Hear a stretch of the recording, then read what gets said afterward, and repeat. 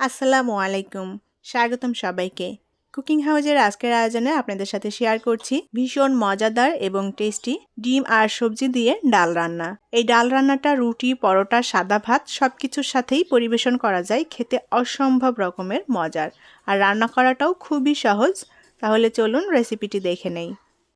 আমি এখানে 2 কাপ পরিমাণ মুসুরের ডাল নিয়েছি। ডালটা আমি আগে থেকেই ভিজিয়ে রেখেছিলাম 20 মিনিট মতো পানিতে। এতে করে ডালটা অনেক নরম হয়ে যায়। ডালগুলো আমি খুব ভালোভাবে ধুয়ে পরিষ্কার করে নিয়েছি।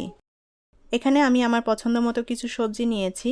বরবটি নিয়েছি, বরবটিগুলো এরকম ছোট টুকরো করে কেটে নিয়েছি। আর নিয়েছি পটল, এখানে 3টা পটল নিয়েছি ছোট সাইজের। আর নিয়েছি মিডিয়াম সাইজের একটা আলু, মিডিয়াম সাইজের একটা টমেটো এবং কিছু পেঁপে। আমি সব সবজিগুলোই ছোট কিউব করে কেটে নিয়েছি। এখানে আপনাদের পছন্দ মতো সবজি অ্যাড করতে পারেন। 3টা ডিম ভালোভাবে সেদ্ধ করে নিয়ে এভাবে মাঝ বরাবর কেটে ফালি করে নিয়েছি। এটা আপনাদের পছন্দ মতো আস্তেও রাখতে পারেন, আবার এভাবে কেটে 2 টুকরো করে নিতে পারেন। প্যানে পরিমাণ মতো তেল দিয়ে দিলাম। এখন এই তেলের মধ্যে দিয়ে দেব কিছুটা লবণ এবং হলুদ গুঁড়া।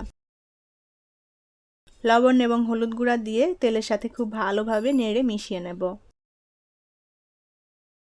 এখন এই তেলের মধ্যে আমি ডিমগুলো দিয়ে ডিমটা হালকা করে ভেজে নেব।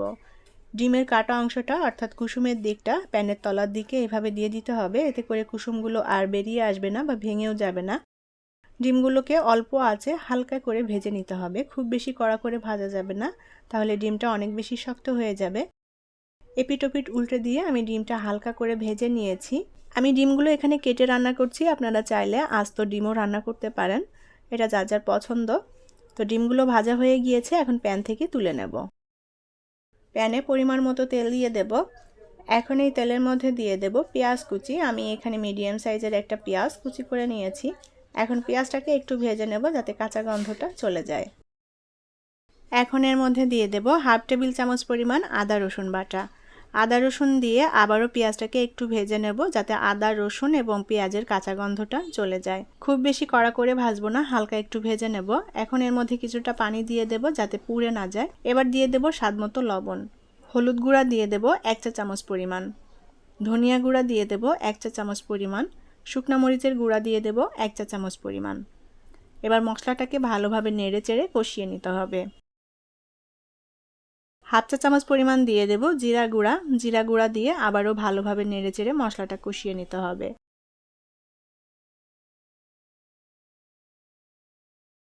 মশলাটা ভালোভাবে অল্প আঁচে নেড়ে চেড়ে কষিয়ে নিয়েছি। এখন এর মধ্যে কেটে রাখা সবজিগুলো দিয়ে দেব।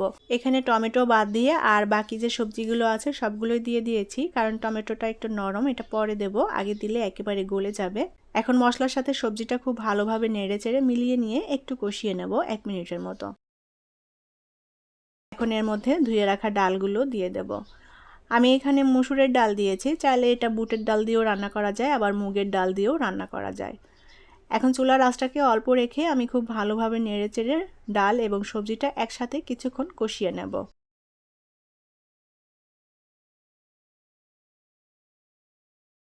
ডাল এবং সবজি কিছুক্ষণ কষিয়ে নিয়েছি। এখন এর মধ্যে দিয়ে দেব পরিমাণ মতো পানি।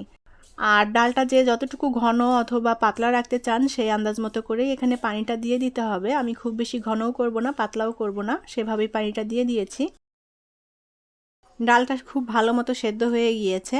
এখন এর মধ্যে দিয়ে দেব কেটে রাখা টমেটো। আর দিয়ে দেব কয়েকটা কাঁচামরিচ। কাঁচামরিচটা মাঝ বরাবর একটু চিড়ে দিয়েছি। এবার খুব ভালোভাবে নেড়ে চেড়ে ডালটা রান্না করে নেব। আর ডালটা পানিতে ভিজিয়ে রেখেছিলাম। মুসুরির ডালটা খুব তাড়াতাড়ি সেদ্ধ হয়ে যায়, আর পানিতে ভিজিয়ে রাখার ফলে খুব তাড়াতাড়ি সেদ্ধ হয়ে গিয়েছে, গলেও গিয়েছে, আর সবজিগুলোও ভালো মতো সেদ্ধ হয়ে গিয়েছে।